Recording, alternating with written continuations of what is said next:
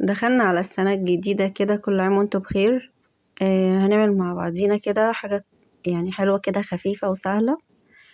آم، يعني عايزة اقولكوا يعني السنة عدت اللي فاتت دي، عدت بكل حاجة كانت فيها حلوة وحشة، وخدت منا حاجات كتير. ان شاء الله السنة دي ان شاء الله ربنا يجعلها سنة سعيدة علينا وعليكم وعلى الناس جميعا يا رب. هنعمل بقى مع بعض هنا، هنعمل رز فرن، او هي حاجة حلوة كده سريعة.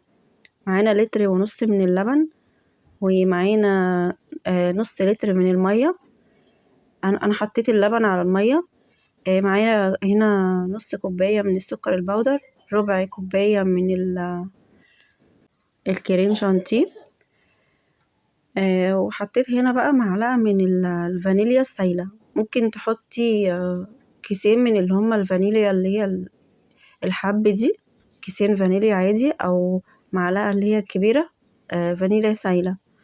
نخلط المكونات كده على بعضها بالمضرب زي ما احنا شايفينه اليدوي، او بالهاند بلندر. انا عملته بالهاند او كده علشان بس ايه، كان صباعي ملسوع فمش عارفة ان انا اضرب بالمضرب اللي هو اليدوي. فكده او كده شغالين عادي، مفيش مشكلة. هنضرب بقى كده لغاية اما نلاقيه معانا عامل زي الفوم كده. طبعا الكريم شانتيه هيعلي معانا الكريمة، هيعمل كده زي قوام الكريمة كده، هيعمل فوم. انا هنا ضربتهم كده زي ما احنا شايفين. هجيب بقى هنا كوباية من الرز، واخلط كله على بعض كده، وافضل اقلب بقى كده. حاجة بصوا سهلة وسريعة ومش هتاخد مننا وقت خالص، يعني حاجة كده في منتهى الروعة. هنجيب هنا طواجن، او نجيب مثلا عايزة تعمليه في صينية كبيرة كده مفيش مشكلة، عايزة تعمليه في طواجن زي ما احنا شايفين كده مفيش مشكلة. يعني اللي عندك المستحب. عايزة تقسمي الخليط على صينيتين صغيرين كده برضو مفيش مشكلة. انا هنا حبيت احطهم في طواجن كده، واللي يعني طواجن صغننة، واللي باقي بقى حطيته في طاجن كده كبير. يعني بصوا كوباية الرز عملت لنا ما شاء الله 5 طواجن صغيرين، وطاجن اللي هو الكبير زي ما احنا شايفين كده. طبعا حابة تحطي معلقتين كده من الزبدة، معلقتين من السمنة البلدي او السمنة العادية مفيش مشكلة، او عايزة تحطي قشطة مفيش مشكلة برضو. بس انا حبيتها تبقى ايه، حاجة خفيفة كده، ايه ما تبقاش دسمة. يعني الكريم شانتيه غنينا عن السمنة او الزبدة او الحاجات دي.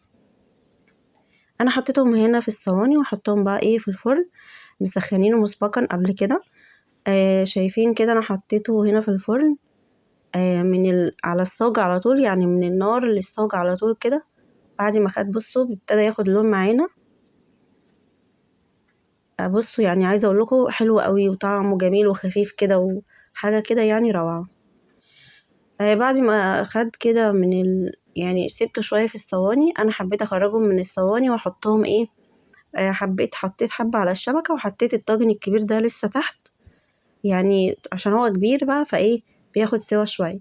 انما الصغنطين دول كده خفاف، يعني مش هياخدوا وقت لغاية بقى ما يبقوا بالقمر ده. هنا بقى شايفين طلعته من الفرن وبقى حاجة تحفة، وريحته جميلة جدا. حطيت هنا بقى، انا جبت شوكليت اللي هي الشيبس دي. حابة تحطي على الوش كده تمام، مش حابة تستغني عنها مفيش مشكلة. بس كانت تحفة، طعمها فظيع. وهي سخنة كده هي برضو بتسيح معاها من السخونية. طبعا انا عندي برد فصوتي تلاقوه ايه فمتغير ممكن، بس يعني البرد بقى والشتاء واجواء الشتاء بقى يعني الحمد لله. تمام كده. بصوا انا حطيت هنا الشوكولاتة اللي هي الشيبس دي، وطعمه كان تحفة جدا، حاجة كده روعة. هو سخن على فكرة، بس انا يعني كمان بقى احنا سقعانين والشتاء وكده فعادي كنت مستحملة السخونية بتاعته.